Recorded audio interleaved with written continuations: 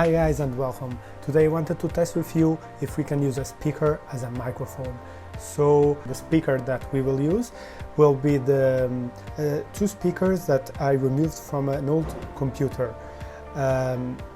These speakers work by having a frequency in input, giving it current with a frequency, and each frequency will generate a different sound. So we can create a music or me speaking everything. So if this works in input, this should also work as an output. So if we induce the speaker to vibrate, we can then measure the voltage that will be created, and the voltage will be the same as the frequency that the speaker is vibrating. So we should be able to use the speaker as a microphone. First of all, we will use the iPhone to make the music at 3 kHz and the speaker as a microphone. With waveforms, I can use it as an oscilloscope, and then we can analyze what is happening. By moving closer the iPhone, we can see that the audio goes higher and the amplitude is higher. And by moving the iPhone further, we can see that audio goes lower, and until we can only see noise and we can't see the 3 kHz information. But at a distance of 30 centimeters we can see the information. So with more power we can see better. Now I will use a speaker and a microphone, two speakers, one speaker as a speaker and the other as a microphone, and I will put one together. Now we'll do the AM modulation to see what happens. So we'll have a carrier of 200 Hz and the other at 60, and we can see that what we should assume that we will have. So the carrier at 200 Hz and then the two other frequencies at 250 and 150 Hz. So that worked. Now we'll do ASK modulation, that this will be used more or less for the communication with the submarine via UART. So 200 Hz and 10 Hz. And now I will generate that wave. To the carrier is the one that travels very fast, the high frequency, and the other one is the square wave. And we can assume that we will have a frequency and then zero.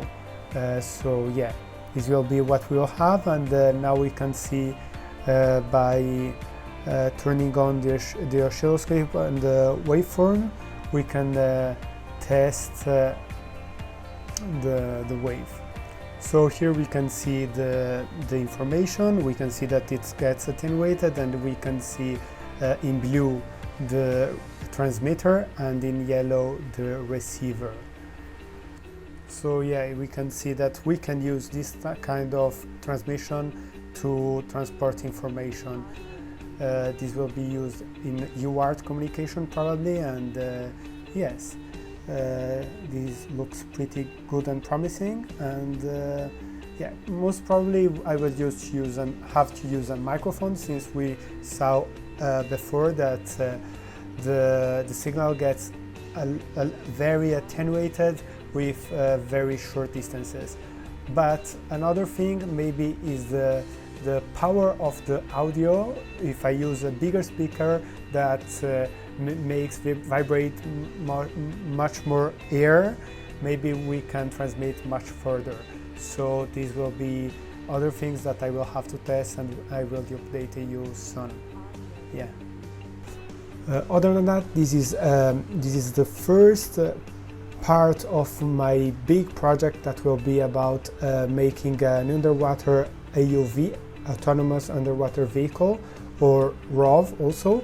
And this will be the speaker will be used, speaker, microphone, etc. will be used to control the submarine.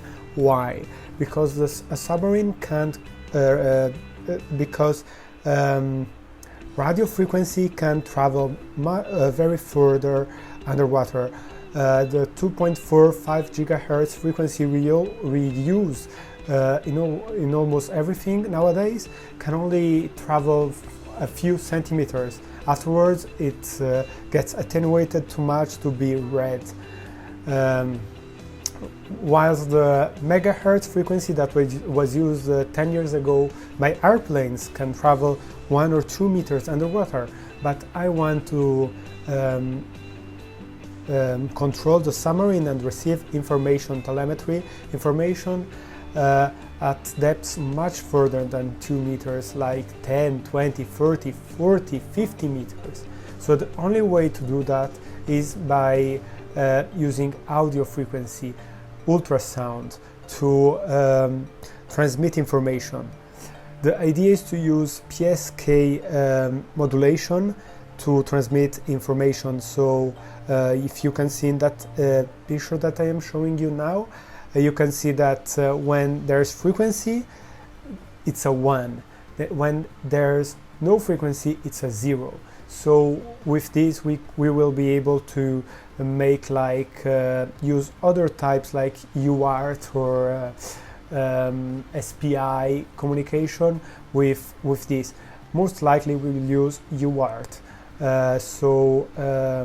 Yeah, this is the idea, and yeah, hope you will follow me along, and yeah, this will be a cool journey.